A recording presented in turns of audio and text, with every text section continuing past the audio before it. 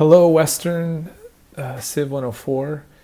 Welcome to week 14, and really the last week that you'll be doing work like this. So I will kind of have a topic for next week that we'll go over that gets you to think about the broader scope of this class, and then we'll have finals coming up. So first of all, you should commend yourself for getting this far, and at this time the semesters can definitely start to wear on you. Take a deep breath and look over your grades. Right now I want to just say that I've had a barrage of students coming at me. Well, there's been a build-up. This is very natural during this time of the semester where students are trying to now deal with late work.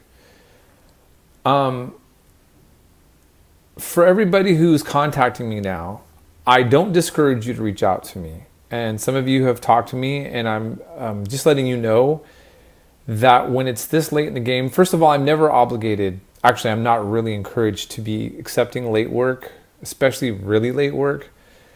But I do realize that there are circumstances that people have. The problem is when I get so many students from all my classes,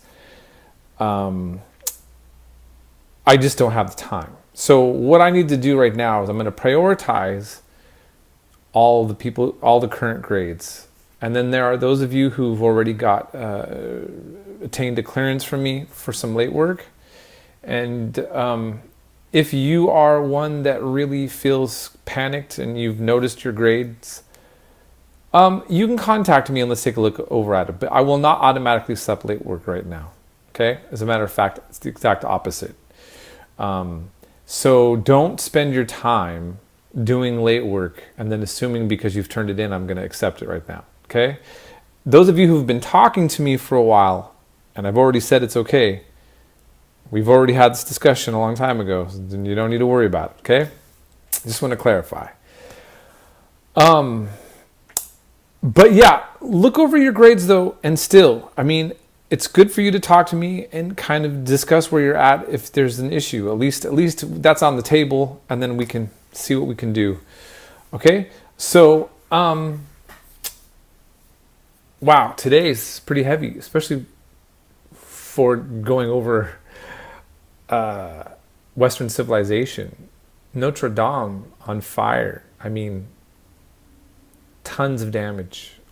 I don't think we fully know the scope of the damage yet.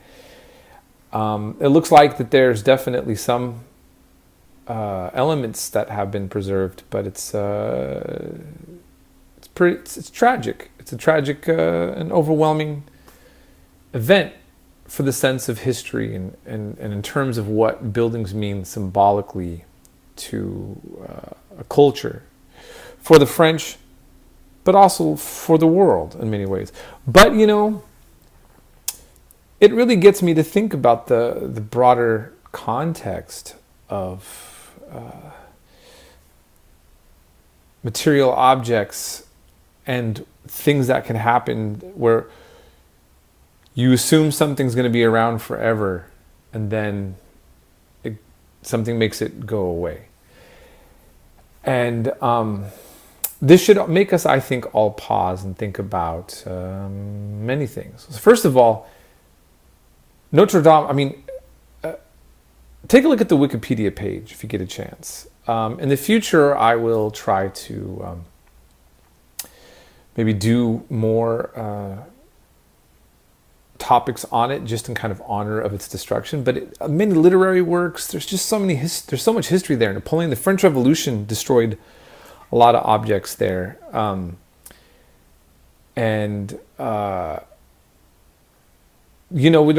in World War I and World War II, we were fortunate that so many beautiful items actually survived. Wars and ideologies have certainly been the greatest destruction of all great objects in the past. If you look at when the U.S. invaded Iraq, I don't know how many of you remember, or some of you weren't old enough to remember, but many ancient Mesopotamian texts and artifacts were destroyed after the U.S. invasion. And there were some government officials, I think, that were involved with antiquities that resigned George Bush's government in protest. They were so disgusted that there was no arrangements made to protect these items that are also, valuable to human history. As we know, we started this class on talking about ancient Mesopotamia. In Afghanistan, during the war a while back, I don't know how many remember the Taliban taking rocket launchers and blowing up these huge, beautiful, magnificent Buddhas that were carved in the stone. In the civil war in Syria, also in Iraq, many ancient artifacts and sites have been destroyed, permanently destroyed. I believe that even today, getting less in the news, that in the Al-Aqsa Mosque there was a fire. The Alexandrian Library of Egypt. Some of these things are accidents and some are human-made. But again, it really makes you think much about all of these things. Think about the topic of whether or not bees, the struggle or the worry about bees going extinct, what that would imply for us, about water, the topic of climate change. I mean, scientists are telling us that we're not having a sustainable lifestyle here on this earth. I'm not a scientist. Those of you who are skeptical of climate change probably are not qualified to debate with it. And those of us who side with the science aren't probably qualified. So instead of me saying, whether or not we should believe in climate change, just to say, my point is, though, that if the science is right, and you think about the fact that so many people are being resistant to the science, that there really needs to be something done to preserve the earth, then we're looking at something far more horrific and loss to humanity than an 800 plus gorgeous church. Now, I didn't mean to get preachy about anything, but I do think it's fair to reflect on, these kind of things right now. That's what I value history for, is to try to, what's the cliche go, to learn from it, to think about what kind of valuable things it teaches us.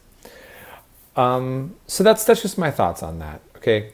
I think that you guys all know I don't grade based on ideology. I don't try to shove a lot of ideology down your throats, but I do think that sometimes you just gotta speak up to certain things, okay? Look, this section is the Reformation. It's a really important section on dealing with the religious tradition of America. Keep this in mind, that, and I think I might mention this in some of the lectures, that when Kennedy is